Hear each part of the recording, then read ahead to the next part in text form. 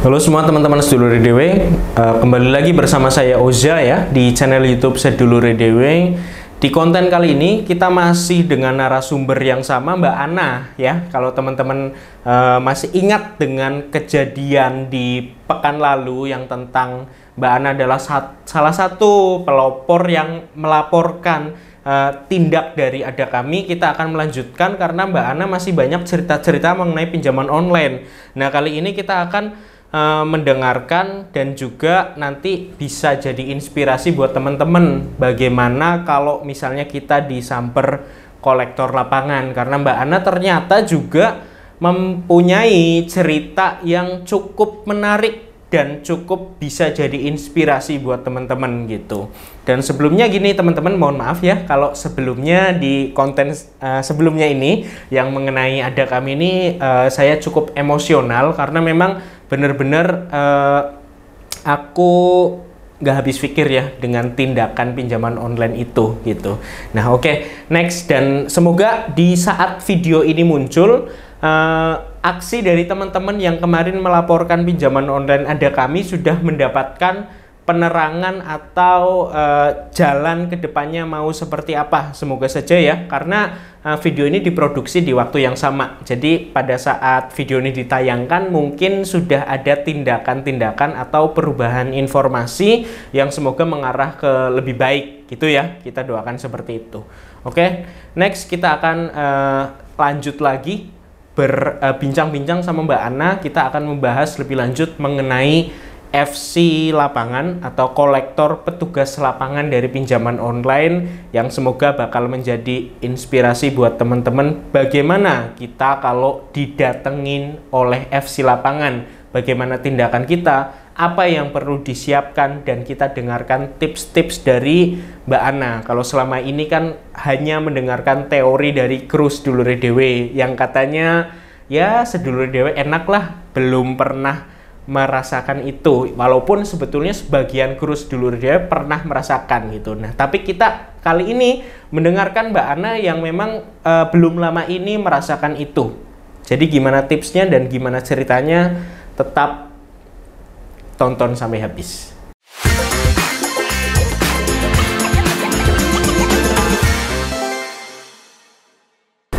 Oke teman-teman, kita lanjutkan lagi perbincangan dengan Mbak Ana ya.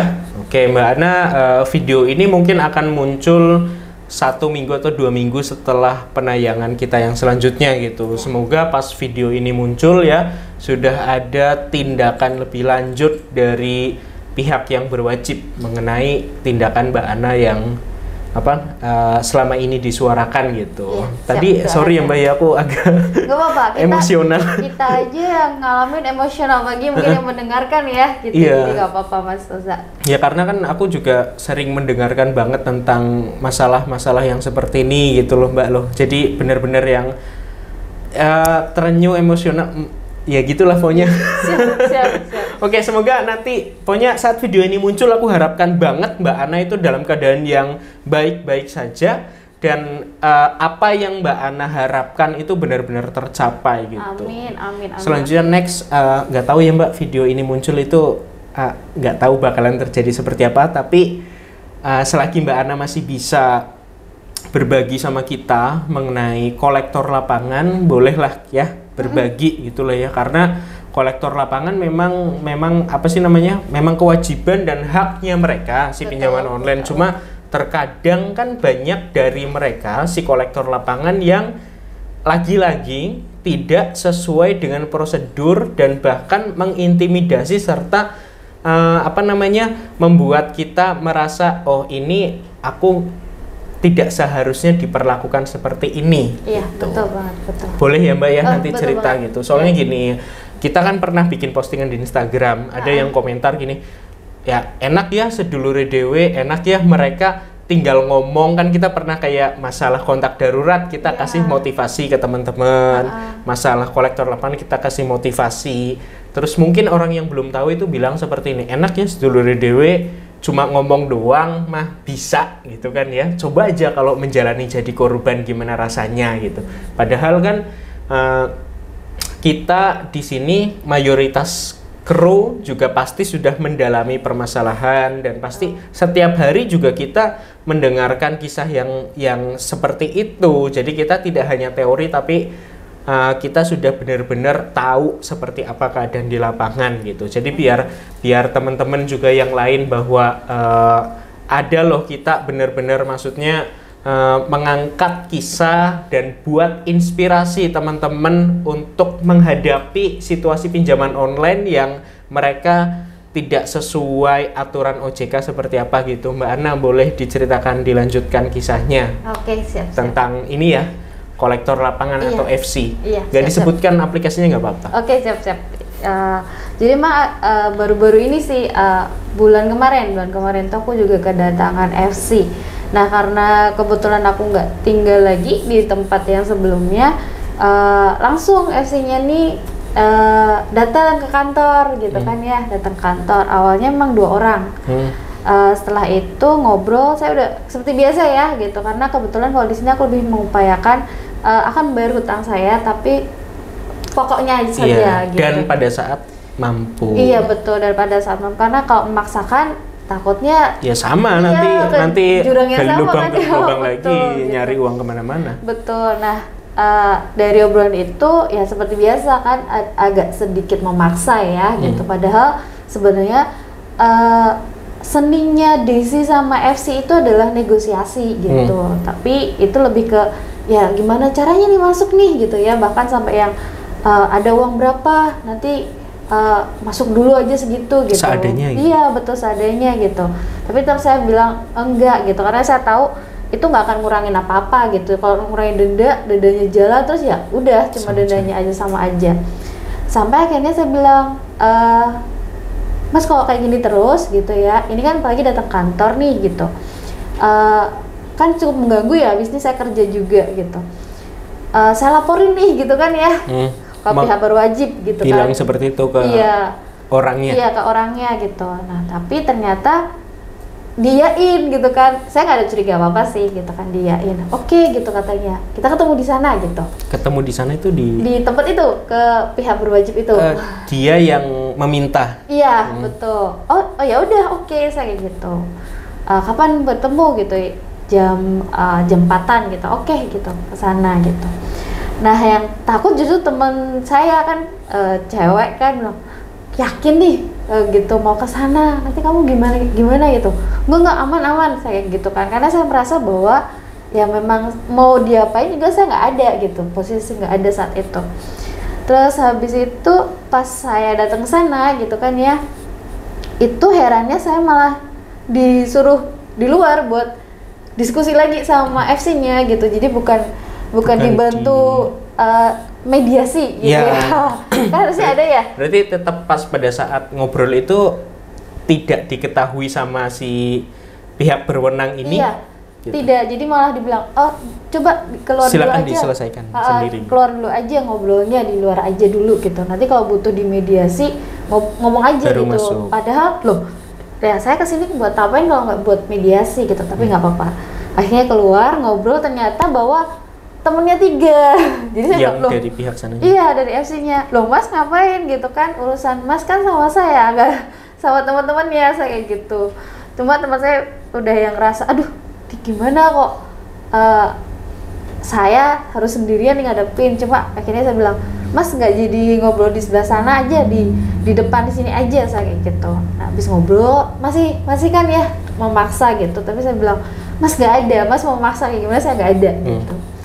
Sampai akhirnya datang leadernya gitu ya. Jadi datang leadernya, akhirnya debat juga, diskusi sama leadernya gitu. Jadi kalau di itu saya gitu ya debat dengan 7 orang gitu kan di situ.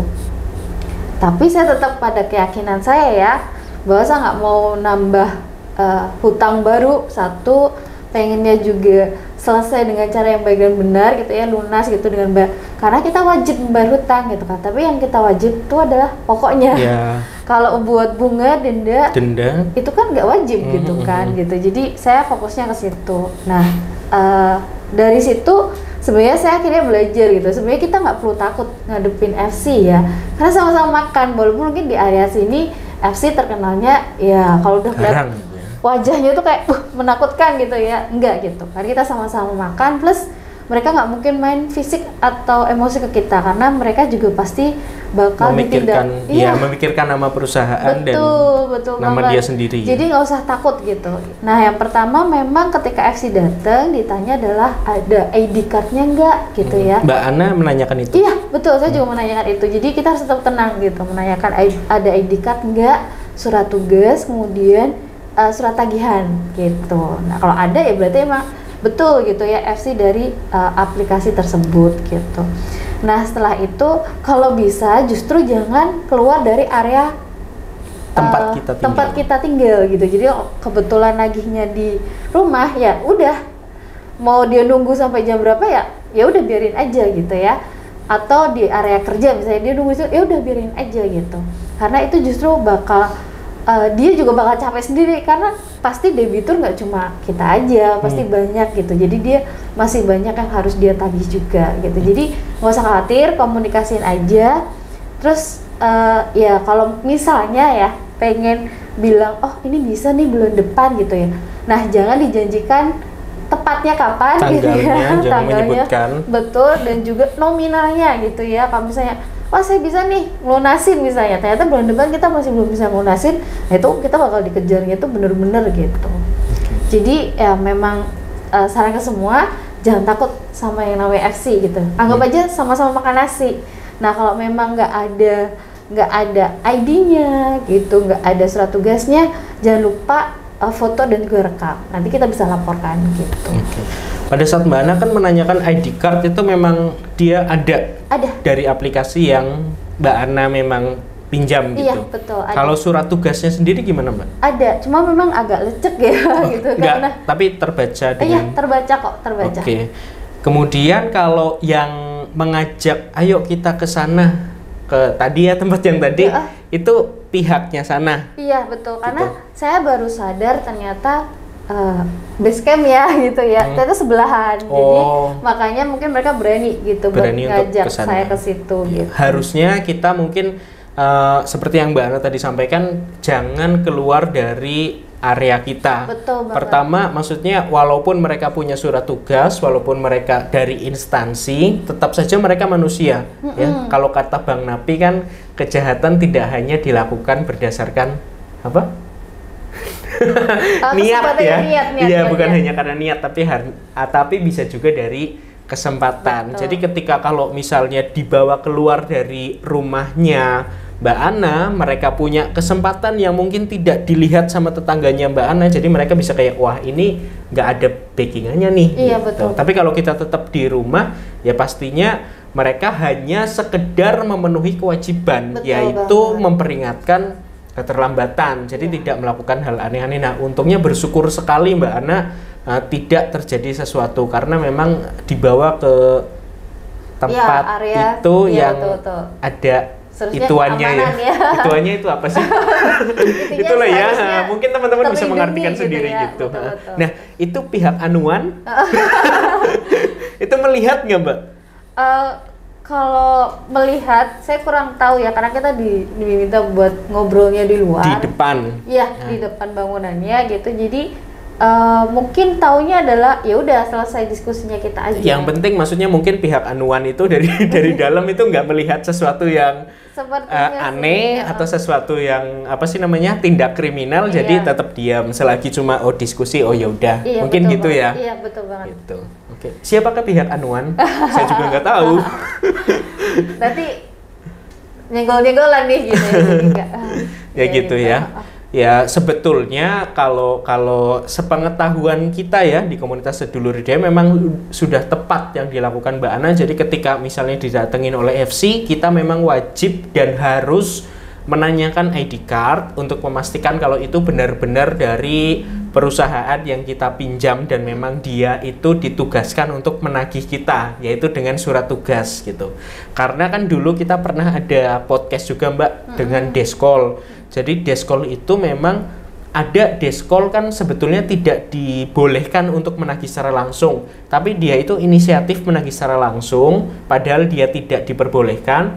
Nah nanti kalau misalnya dia beruntung ya, Deskol itu beruntung mendapatkan apa namanya bayaran atau misalnya ada orang yang membayar hutang ke dia, itu dia makan sendiri gitu. Iya, kalau nggak dapat poin ya otomatis ya. Enggak, ini benar-benar dimakan sendiri, Mbak. Gitu. Jadi nggak dibayarkan ke ke aplikasi. Nah iya, makanya karena itu tuh sebetulnya bukan FC tapi deskol, makanya harus ada surat tugas kalau dia benar-benar FC gitu loh, atau kolektor lapangan gitu.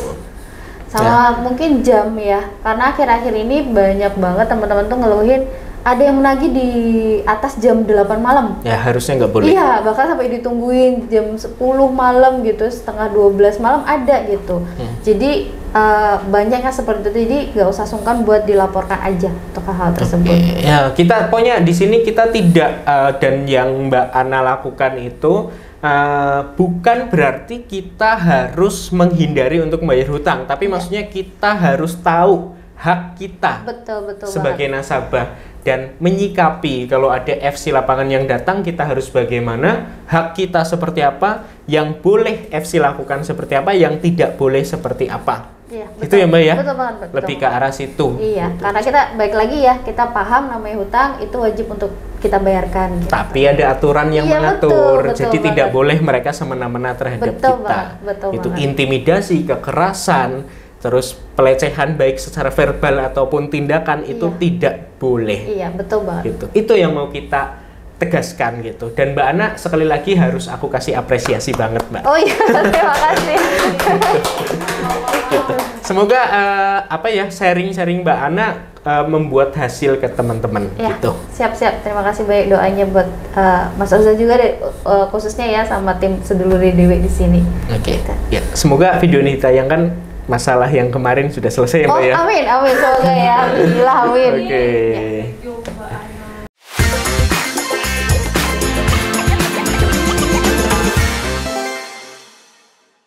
Ya, jadi teman-teman begitu. Kalau dari kita ya, maksudnya tetap silakan. Yang penting tetap ada pedomannya bahwa aturan-aturan itu harus memang diberlakukan. Dan memang harus teman-teman tahu bagaimana hak-hak dan kewajiban kita serta kewajiban si pinjaman online gitu. Ini singkat saja sih memang cerita dari Mbak Ana karena sudah sering kali kita bahas. Kita cuma pengen teman-teman itu lebih apa ya namanya, lebih kuat, lebih kayak yang ya teman-teman itu sebagai debitur ya, sebagai nasabah itu punya hak-hak yang seharusnya teman-teman itu tidak perlu khawatirkan gitu. Dan ini salah satu bukti dan salah satu contoh yang bisa teman-teman lihat gitu ya, bahwa kita itu bisa loh menyuarakan ini gitu, dan kita juga bisa loh menuntut hak-hak kita gitu. Sekali lagi dari Mbak Ana deh, biar teman-teman makin kuat Mbak. Oh iya gitu. Jadi tar dulu. Aku kok tiba-tiba jadi ngeblank. Tar dulu. Mas bisa di-cut dulu? Gak apa-apa, nanti di ini kok. Oke, Pak, Sarah nih. Aduh, tiba-tiba lupa tadi.